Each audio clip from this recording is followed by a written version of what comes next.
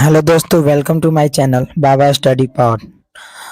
हम कल जो देखे थे क्वेश्चन, ये पार्ट 2 है। अगर आप इस वीडियो का पहला पार्ट अगर नहीं देखे होंगे तो आप इस वीडियो का फर्स्ट पार्ट देख लीजिएगा, जिसमें हम 1 से लेकर 36 तक का क्वेश्चन देखे थे। और आज जो है पार्ट 2 है। अगर इसमें हम लोग 36 के आगे देखते हैं क्वेश्चन, तो वीडियो को स्टार्ट करने से पहले अभी तक हमारे चैनल को सब्सक्राइब नहीं किया है तो हमारे चैनल को सब्सक्राइब कर लें और बेल आइकन दबा कर रख लें कि आपका एग्जाम तक हमारा वीडियो सबसे पहले आपके पास जाता रहे। तो ज़्यादा समय ना लेते हुए वीडियो को करते हैं स्टार्ट। हाँ, वीडियो को स्टार्ट करने से पहले अगर आपको इस वीडियो का पीडीएफ चाहिए, अगर आपको इस वीडियो का फुल पीडीएफ यानी 500 टॉप क्वेश्चन 500 टॉप क्वेश्चन सामाजिक अध्ययन का चाहिए, जिसमें से आपका 20 नंबर क्या होगा, 20 नंबर पक्का हो जाएगा। तो अगर आप इसका वीडियो को पीडीएफ चाहते हैं तो आप कांटेक्ट नंबर दिया हुआ है यहाँ पर, बाबा स्टडी पर कांटेक्ट नंबर, इस नंबर पर आप व्हाट्सएप मैसेज कर इस वीडियो का पीडीएफ ले सकते हैं। तो ज्यादा समय ना लेते हुए क्वेश्चन को स्टार्ट करते हैं। क्वेश्चन नंबर 37, बाघ परियोजना की शुरुआत कब हुई? बाघ परियोजना की शुरुआत कब हुई? आंसर होगा 1973। आंसर होगा 1973। अगला क्वेश्चन 38 नंबर, रूस जापान का युद्ध कब हुआ? रूस जापान का युद्ध कब हुआ? इसका राइट आंसर होगा 1905 में। रूस जापान का युद्ध कब हुआ? इसका राइट आंसर होगा 1905 में। क्वेश्चन नंबर 39, ब्रिटेन में किस वर्ष सार्वजनिक वैश्यक मताधिकार को मान्यता मिली? ब्रिटेन में किस वर्ष सार्वजनिक वैश्यक मताधिकार को मान्यता मिली? इसका राइट आंसर होगा 1928। इसका राइट आंसर होगा 1928, ऑप्शन नंबर डी। अगला क्वेश्चन 40 नंबर, वह भूमि जो 5 से अधिक कृषि वर्षों के लिए बिना खेती के छोड़ दी जाती है में जानी जाती है। मैंने बताइए आप, वो जो खेती 5 वर्ष के लिए जिस खेत को छोड़ दिया जाता है, जिस खेत के 5 वर्ष के लिए छोड़ दिया जाता है, उसमें कुछ ना उपजाया जाता है, उसको क्या कहा जाएगा? तो कृषि योग्य बंजर भूमि कहा जाएगा। क्या कहा जाएगा? कृषि योग्य बंजर भूमि। देखिए, 5 वर्ष तक अगर किसी भी खेती में कोई भी बीज डालकर ना उपजाया जाएगा तो क्या होगा? बंजर हो जाएगा भूमि। क्वेश्चन नंबर 41, रेशम के धागे का उत्पादन के लिए रेशम कीड़े के पालन के रूप में जाना जाता है। बताना है, रेशम के धागे का उत्पादन के लिए रेशम कीड़े की पालन के रूप में जाना जाता है। इसका राइट आंसर होगा रेशम उत्पादन के लिए। चलिए क्वेश्चन नंबर 42 है, काली मिट्टी का दूसरा नाम क्या है? काली मिट्टी का दूसरा नाम क्या है? काली मिट्टी का दूसरा नाम क्या है? इसका काली मिट्टी का दूसरा नाम होगा रेगुर। काली मिट्टी का दूसरा नाम क्या होगा? रेगुर। चलिए आप कमेंट कीजिए, बिहार में कौन सी मिट्टी पाई जाती है? कमेंट करें, बिहार में कौन सी मिट्टी पाई जाती है? कमेंट करें कि बिहार में कौन सी मिट्टी पाई जाती है? बिहार में कौन सी मिट्टी पाई जाती है? ठीक है, कमेंट करें। चलिए question number 43, Tata iron and steel company की स्थापना किसने की थी? Tata iron and steel company की स्थापना किसने की थी? इसका राइट आंसर क्या होगा? इसका राइट आंसर होगा जमशेद जी टाटा। क्वेश्चन नंबर 44 की ओर बढ़ते हैं। क्वेश्चन नंबर 44 है, नेपाल की सबसे लंबी नदी कौन सी है? नेपाल की सबसे लंबी नदी कौन सी है? नेपाल की सबसे लंबी नदी कौन सी है? इसका राइट आंसर होगा करनाली। इसका राइट आंसर होगा करनाली। नेपाल की सबसे लंबी नदी कौन सी है? करनाली। क्वेश्चन नंबर 45 को बढ़ते हैं। बिरसा मुंडा ने ईसाई मिशनरियों पर कब हमला किया? बिरसा मुंडा ने ईसाई मिशनरियों पर कब हमला किया? बिरसा मुंडा ने ईसाई मिशनरियों पर कब हमला किया? इसका राइट आंसर कमेंट करें। अगर ना मालूम है तो ना मालूम है वीडियो को अवश्य देखें, पूरा वीडियो को अभी तक अगर आप बने रहें तो मुझे आशा नहीं पूरा विश्वास है कि आपका डीएलएड एग्जाम में आपका जो है 20 नंबर सामाजिक अध्ययन से पक्का हो गया। चलिए इसका राइट आंसर जानते हैं। बिरसा मुंडा ने ईसाई मिशनरियों पर कब हमला किया? इसका राइट आंसर होगा 24 दिसंबर 24 दिसंबर 24 दिसंबर 1889। 24 दिसंबर 1889। चलिए क्वेश्चन नंबर 46। क्वेश्चन नंबर 46, लोकतंत्र में शासन कौन करता है? लोकतंत्र में शासन कौन करता है? बहुत इजी सवाल है। देखिए सामाजिक अध्ययन में कोई जो है बहुत भारी भारी क्वेश्चन नहीं पूछता। हम आपको 500 जो है ना 500 आपको हम आपको 500 टॉप क्वेश्चन का पीडीएफ देंगे। हम आपको 500 टॉप क्वेश्चन का पीडीएफ देंगे। अगर आप इस 500 क्वेश्चन को पढ़ लेते हैं तो समझिए आपका 20 नंबर इसी में से आएगा। और पीडीएफ के लिए इस नंबर पर आप मैसेज कर सकते हैं 8292841263। आप इस नंबर पर कमेंट कर इस नंबर पर व्हाट्सएप मैसेज कर सकते हैं, तब आपको पीडीएफ मिल जाएगी। लोकतंत्र में शासन कौन करता है? तो लोकतंत्र जनता करता है। चलिए आप कमेंट कीजिए लोकतंत्र किसने कहा था कि लोकतंत्र जनता के द्वारा और जनता के लिए शासन है, किसने कहा था? आप कमेंट कीजिए। चलिए अगला क्वेश्चन की ओर बढ़ते हैं। क्वेश्चन नंबर 47, जूट उद्योग के सबसे अधिक कारखाने मिलते हैं। जूट उद्योग के सबसे अधिक कारखाने मिलते हैं, कहाँ मिलते हैं जी? तो इसका राइट आंसर होगा हुगली तट पर। इसका राइट आंसर होगा हुगली तट पर। क्वेश्चन था जूट उद्योग के सबसे अधिक कारखाने मिलते हैं, तो कहाँ मिलते हैं? हुगली तट पर। क्वेश्चन नंबर 48 की ओर बढ़ते हैं। क्वेश्चन नंबर 48 है, भारत में कैबिनेट शब्द का प्रयोग पहली बार किस संविधान संशोधन में किया गया? भारत में कैबिनेट शब्द का प्रयोग पहली बार किस संविधान संशोधन में किया गया? चलिए इसका राइट आंसर होगा 44वें संविधान संशोधन में किया गया। 44वें संविधान संशोधन में किया गया।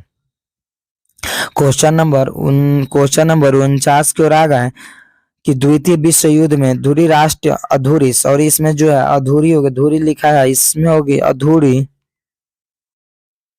अधूरी राष्ट्रों में कौन सा देश शामिल नहीं था? द्वितीय विश्व युद्ध में अधूरी राष्ट्रों में कौन सा देश शामिल नहीं था? तो इसका राइट आंसर क्या होगा? जर्मनी, जापान, इटली या सोवियत संघ। चलिए इसका राइट आंसर होगा सोवियत संघ। इसका राइट आंसर होगा सोवियत संघ। चलिए अगले क्वेश्चन बढ़ते हैं। क्वेश्चन नंबर 50 आ गया। अगर देखते हैं आपका 50 क्वेश्चन, अगर आप पार्ट 1 भी देखे होंगे तो अगर दोनों पार्ट को मिलाकर अब देखते हैं 50 में आपका कितना सही हुआ। 50 में आपका कितना 50 में 50 सही हुआ तो समझ जाइए आपकी तैयारी बहुत ही बेहतरीन। अगर 50 में अगर आपका 40 आया, तो समझ जाइए कि आपको इस पीडीएफ का बहुत ज्यादा जरूरी है। अगला क्वेश्चन 50 नंबर की ओर बढ़ते हैं। बालाघाट खानों में निम्नलिखित में से किस खनिज का खनन किया जाता है? बालाघाट खानों में कारखानों होगा, यहाँ पर नहीं लिखा। बालाघाट कारखानों में निम्नलिखित में से किस खनिज का खनन किया जाता है? तो इसका राइट आंसर होगा मैग्नीज। क्या होगा जी? इसका राइट आंसर होगा मैग्नीज। Option number B. चलिए अगले क्वेश्चन की ओर बढ़ते हैं। अगला क्वेश्चन है 51 नंबर कि निम्नलिखित में से कौन खरीफ फसल का उदाहरण है? तो इसका राइट आंसर हो जाएगा चावल। देखिए ये जो के बारे में आपको जानकारी मिल जाएगा। चलिए अगले क्वेश्चन की ओर बढ़ते हैं। क्वेश्चन नंबर 52, निम्नलिखित में से कौन एक डेयरी पशु नहीं है? देखिए डेयरी पशु का मतलब आप जानते होंगे बकरी, भैंस, ऊंट, गाय। क्या होगा जी? ऊंट। डेयरी पशु कौन सी नहीं है? ऊंट। चलिए अगला क्वेश्चन की ओर बढ़ते हैं। अगली क्वेश्चन है 53 नंबर। पृथ्वी के अक्ष के सिरों को कहते हैं पृथ्वी के अक्ष के सिरों को कहते हैं अक्षांश, ध्रुव, विषुवत रेखा, देशांतर। क्या होगा इसका? राइट आंसर होगा ध्रुव। इसका राइट आंसर क्या होगा जी? ध्रुव। चलिए अगले क्वेश्चन की ओर बढ़ते हैं। क्वेश्चन नंबर 54 है, निम्न इनमें से किस देश को सामाजिक विभेद के कारण विखंडन का सामना करना पड़ा? इनमें से किस देश को सामाजिक विभेद के कारण विखंडन का सामना करना पड़ा? चलिए हम आ गए हैं। हम जो आपको इतने अपने जोश जुनून के साथ आपको बताएंगे और आपको समझाएंगे। अगर आप चैनल को अभी तक सब्सक्राइब नहीं किए तो चैनल को सब्सक्राइब कर लें। अगर आपको पीडीएफ चाहिए तो आप इस नंबर पर मैसेज कर सकते हैं। इस नंबर पर व्हाट्सएप मैसेज कर सकते हैं। आपको जो होगा व्हाट्सएप पर इसका पीडीएफ भेज दिया जाएगा। चलिए क्वेश्चन है, इनमें से कौन सा इसका राइट आंसर होगा? योगो अस्लिविया। चलिए इन अगला क्वेश्चन बढ़ते हैं। 55 नंबर। रेशम मार्ग कहाँ से शुरू होता है? देखिए बहुत बढ़िया क्वेश्चन है कि रेशम मार्ग कहाँ से शुरू होता है। रेशम मार्ग कहाँ से शुरू होता है? इसका राइट आंसर होगा चीन। रेशम मार्ग चीन से शुरू होता है। चलिए क्वेश्चन नंबर 56 है। एल नीनो की उत्पत्ति किस देश के तट पर होती है? एल नीनो की उत्पत्ति किस देश के तट पर होती है? तो इसका राइट आंसर होगा पेरू। इसका राइट आंसर क्या होगा जी? पेरू। इसका राइट आंसर होगा पेरू। चलिए क्वेश्चन नंबर 57 की ओर बढ़ते हैं। इस क्वेश्चन नंबर 57 की ओर बोवन राजवंश जिन फ्रांसीसी क्रांति के दौरान जिन फ्रांसीसी क्रांति के दौरान अपदस्य कर दिया गया था को डैश की संधि पर हस्ताक्षर करने के बाद सत्ता में बहाल किया गया था। देखिए जो है ना एक टॉपिक उठाया गया इतिहास में से, और ये फ्रांसीसी क्रांति जो हुआ था उसी में का टॉपिक है, और उस टॉपिक में का बीच में का दिया है भरने के लिए कि क्या होगा? तो वियना की संधि पर हस्ताक्षर करने के बाद सत्ता का बहाल किया गया था। ठीक है। चलिए क्वेश्चन नंबर 58 है। संयुक्त राष्ट्र संघ की स्थापना कब हुई? संयुक्त राष्ट्र संघ की स्थापना कब हुई? इसका राइट आंसर होगा 1945। देखिए आप जो है ना इस पे आप क्या करते? टेस्ट लगाते रहिए। देखिए सीबीटी इसका जो होगा ना एग्जाम होगा, सीबीटी कंप्यूटर बेस्ड टेस्ट होगा और कंप्यूटर पर हमको जाकर बैठकर सिर्फ ऑप्शन को टिक आउट करना है। उसलिए हमको क्या ऑप्शन का मतलब क्या हुआ? जो 4 में से एक आंसर होगा उसी पर टिक आउट करना है। उसलिए जो है हम क्या बोले? ऑप्शन के साथ नहीं बोले, सीधे क्वेश्चन आंसर ये होगा ना, क्वेश्चन आंसर से सीधे हमारे दिमाग में बैठेगा। क्वेश्चन और आंसर को जब हम याद कर लेंगे बढ़िया से ना, तो सीधे जाकर कंप्यूटर पर जब बैठेंगे तो टिक आउट आसानी से कर देंगे। तो इसलिए आप जो इस कमेंट में क्या करें, आप समझे कि हम कंप्यूटर पर भी बैठे हुए हैं और कंप्यूटर पर बैठ कर कमेंट में क्या करेंगे? कमेंट में हम जो इसका आंसर लगाते रहेंगे। चलिए क्वेश्चन नंबर 59। मेंटेरूक ने कौन सी पुस्तक लिखी? चलिए इसका राइट आंसर होगा विधि की आत्मा। मेंटेरूक ने कौन सी पुस्तक लिखी? इसका राइट आंसर होगा विधि की आत्मा। चलिए क्वेश्चन नंबर 60 है कि निम्नलिखित में से कौन भारत में वाणिज्यिक फसल है? तो इसका राइट आंसर होगा उपयुक्त सभी। सरसों, तंबाकू, जूट क्या है? ये सभी वाणिज्यिक फसल है। चलिए क्वेश्चन नंबर 61 की ओर बढ़ते हैं। माँ पानी में हर व्यक्त करता है। इसका राइट आंसर क्या होगा? धरातल की दूरी। माँ पानी में हर व्यक्त करता है। इसका राइट आंसर क्या होगा? धरातल की दूरी। चलिए क्वेश्चन को समझते हुए और क्वेश्चन को हम याद करते हुए आगे बढ़ेंगे। सिर्फ टाइम पास नहीं करना, एग्जाम को निकालना है। हाँ, एक कमेंट किए थे मेरे मित्र, कि क्या हमें सरकारी कॉलेज के लिए कितना नंबर लाना जरूरी है। तो मित्र पूरा कोर्स जो होगा एग्जाम 120 क्वेश्चन होगा और 120 नंबर का होगा। ठीक है, तो आपको जो है कोशिश करना है कि 100 प्लस नंबर आए, क्योंकि कंपटीशन बहुत ज्यादा हो रहा है, समझ रहे हैं, कंपटीशन बहुत ज्यादा हो रहा है। तो कंपटीशन के लिए हमें क्या करना होगा, 100 प्लस नंबर लाना होगा, तब जाकर हमें सरकारी कॉलेज मिलेगा, तब जाकर हम डीएलएड करेंगे, तब जाकर हम क्या करेंगे, डीएलएड करेंगे, तब जाकर उसके बाद टीचर बनेंगे। चलिए, गरीबी हटाओ का नारा कब दिया गया था, क्वेश्चन नंबर 62, गरीबी हटाओ का नारा कब दिया गया था। राइट आंसर होगा 1972, 1971, 1971, 1971 गरीबी हटाओ का नारा कब दिया गया था, तो 1971। चलिए अगला क्वेश्चन है, किस राज्य में खनिज तेल का विशाल भंडार स्थित है। किस राज्य में खनिज तेल का विशाल भंडार स्थित है। किस राज्य में खनिज तेल का विशाल भंडार स्थित है। चलिए इसका राइट आंसर होगा असम। इसका राइट आंसर होगा असम। चलिए कमेंट आप कीजिएगा सबसे ज्यादा बिहार में सबसे ज्यादा कोयला किस राज्य से मिलती है, कमेंट कीजिएगा आप। चलिए अगला क्वेश्चन है 64 नंबर, कि भारत में कैबिनेट शब्द का प्रयोग पहली बार किस संविधान शोधक में किया गया था। देखिए क्वेश्चन दोबारा आ गया, और दोबारा हम नहीं लिखे हैं, दोबारा जो है बार बार आपके एग्जाम में पूछा गया, उसलिए दोबारा लिखा गया कि हमारा क्या प्रैक्टिस हो। चलिए इसका आंसर आप कमेंट कीजिएगा कि क्या होगा। चलिए इसका आंसर आप कमेंट कीजिएगा क्या होगा। भारत में नई आर्थिक नीति का घोषणा कब की गई। भारत में नई आर्थिक नीति का घोषणा कब की गई, 1991, 1989, 1993 और 1997। इसका राइट आंसर होगा 1991।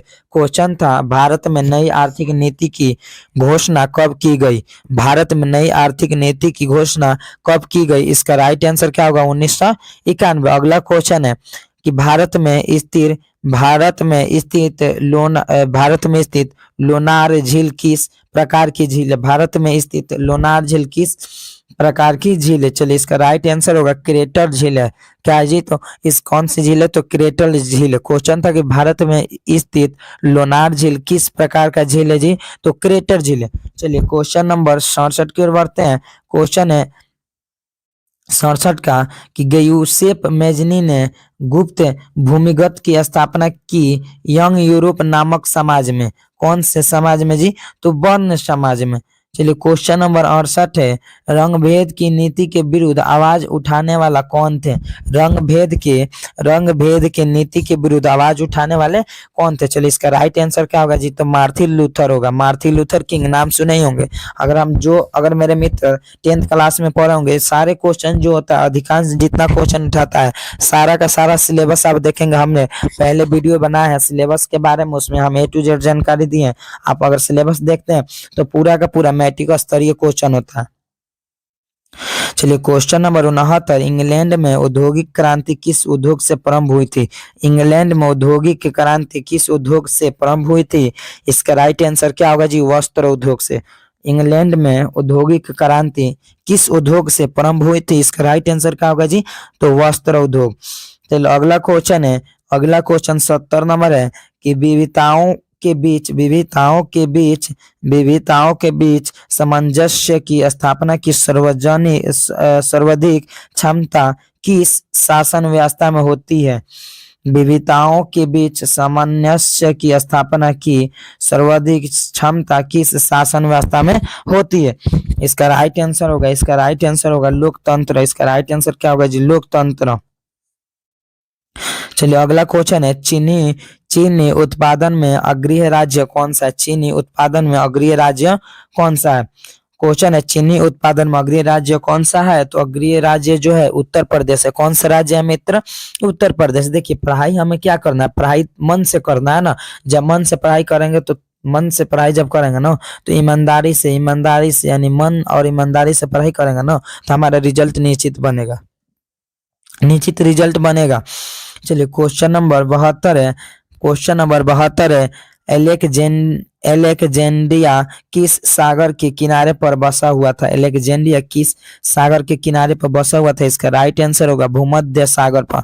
इसका राइट आंसर होगा भूमध्य सागर पर। चलिए क्वेश्चन नंबर 73 है, कि आधिकारिक रूप से कितने वर्ष पर जनगणना होती है। आधिकारिक रूप से कितने वर्ष पर जनगणना होती है। देखिए मित्र, तो क्वेश्चन जो है कितना आसान है और इसका जो आंसर आपको पता होना चाहिए कि 10 वर्ष पर क्या होता है। 10 वर्ष पर क्या होती है जनगणना। पहले एक बार जनगणना हमारा 2011 में हुआ था। 2011 में हुआ था। उसके बाद हम देखिए कि 2011 के बाद 10 वर्ष के बाद 2021 में हुआ जो जनगणना। चलिए अगला जो है अगले क्वेश्चन की ओर बढ़ते हैं। क्वेश्चन नंबर 74 है। 15वीं लोकसभा में महिलाओं की कितनी भागीदारी थी। 15वीं लोकसभा में महिलाओं की कितनी भागीदारी थी। तो जो इसका आंसर होगा ऑप्शन नंबर सी होगा 0.1068% भागीदारी थी। चलिए क्वेश्चन नंबर 75 है। प्रथम विश्व युद्ध कितने वर्ष तक चला। प्रथम विश्व युद्ध कितने वर्ष तक चला। प्रथम विश्व युद्ध कितने वर्ष तक चला। तो इसका राइट आंसर क्या होगा। इसका राइट आंसर होगा 4 वर्ष। क्या होगा जी। इसका राइट आंसर होगा 4 वर्ष। चलिए अगला क्वेश्चन की ओर बढ़ते हैं। Question number 76। किस राज्य में खनिज तेल का विशाल भंडार स्थित है। देखिए किस राज्य में। देखिए दोबारा क्वेश्चन आ गया और इसका आंसर जो आप कमेंट करेंगे क्या होगा कि किस राज्य में खनिज तेल का विशाल भंडार स्थित है। तो इसका राइट आंसर क्या होगा आप कमेंट करेंगे असम होगा। अगला क्वेश्चन 77 है। हजीरा, विजयपुर, जगदीशपुर पाइपलाइन दिए गए राज्यों में से किन राज्यों में नहीं गुजरता है। तो इसका राइट आंसर होगा महाराष्ट्र। इसका राइट आंसर क्या होगा जी महाराष्ट्र। क्वेश्चन नंबर 78 है कि लानीना किस महासागर से लानीना किस महासागर में उत्पन्न होती है। लानीना किस महासागर में उत्पन्न होती है। इसका राइट आंसर होगा प्रशांत महासागर। इसका राइट आंसर क्या होगा जी प्रशांत महासागर। चलिए क्वेश्चन नंबर 79 की ओर आ गए हैं कि बिहार में नहरों द्वारा सर्वाधिक सिंचाई किस जिले में होती है। बिहार में नहरों द्वारा सबसे अधिक सिंचाई किस जिले में होती है। तो इसका राइट आंसर होगा रोहतास। इसका राइट आंसर क्या होगा जी रोहतास। चलिए क्वेश्चन नंबर 80 की ओर बढ़ते हैं और क्वेश्चन 80 की ओर बढ़ने से पहले आप जो है कमेंट करें कि आपका 80 में कितना सही हुआ और कितना गलत हुआ। अगला क्वेश्चन है कि राष्ट्रीय पिछड़ा वर्ग आयोग NCBC इसको इंग्लिश में जो है इसका संवैधानिक दर्जा कब प्राप्त हुआ। तो संवैधानिक दर्जा कब प्राप्त हुआ। तो 1993 में प्राप्त हुआ। कब प्राप्त हुआ जी। तो 1993 में प्राप्त हुआ। अगला क्वेश्चन है 81 नंबर। मतदाता सूची का परीक्षण कितने वर्ष में होती है। देखिए कितना बढ़िया क्वेश्चन है। सीधे क्वेश्चन को घुमा दिया। क्वेश्चन पूछा है मतदाता सूची का परीक्षण कितने वर्ष में होता है। इसका राइट आंसर कितना होगा 5 वर्ष। हम यार वोट कितने वर्ष पर देते हैं 5 वर्ष के बाद आता है इलेक्शन। मतदाता सूची में नाम। चलिए अलेक्जेंड्रिया किस सागर के किनारे पर बसा हुआ है। इसका राइट आंसर क्या होगा आप कमेंट करेंगे। अगला क्वेश्चन है आधिकारिक रूप से कितने वर्ष पर जनगणना होनी चाहिए। इसका भी कमेंट आप करेंगे। सारे क्वेश्चन को हमने बता दिया है और सारे क्वेश्चन रिपीट हो रहा है। 15वीं लोकसभा में महिलाओं की कितनी भागीदारी थी। इसका भी कमेंट आप करेंगे क्या आंसर होगा। अगला क्वेश्चन है प्रथम विश्व युद्ध कितने वर्ष तक चला था। ये भी कमेंट करें। इनमें से कौन सा निम्नलिखित मोटे अनाज है। पूछा है कि कौन सा निम्नलिखित में से मोटे अनाज है। बाजरा, रागी या सभी या ज्वार। क्या होगा सभी मोटे अनाज है। अगला क्वेश्चन है यूएनओ का कौन सा अंग पैलेस दी हैंग नीदरलैंड पैलेस से कार्य कराता है। इसका राइट आंसर क्या होगा अंतर्राष्ट्रीय न्यायालय जो है ना अंतर्राष्ट्रीय न्यायालय क्या कराता है। यूएनओ का कौन सा अंग पैलेस दी हैंग नीदरलैंड पैलेस से कार्य कराता है जी। तो अंतर्राष्ट्रीय न्यायालय कराता है। चलिए मेरा जो क्वेश्चन होगा अंतिम क्वेश्चन हुआ खत्म और सारे क्वेश्चन को हमने बार देख लिया। अगर इस सारे क्वेश्चन का अगर आपको पीडीएफ चाहिए और सारे क्वेश्चन का अगर पीडीएफ चाहिए 87 क्वेश्चन हमने देखे और 87 क्वेश्चन में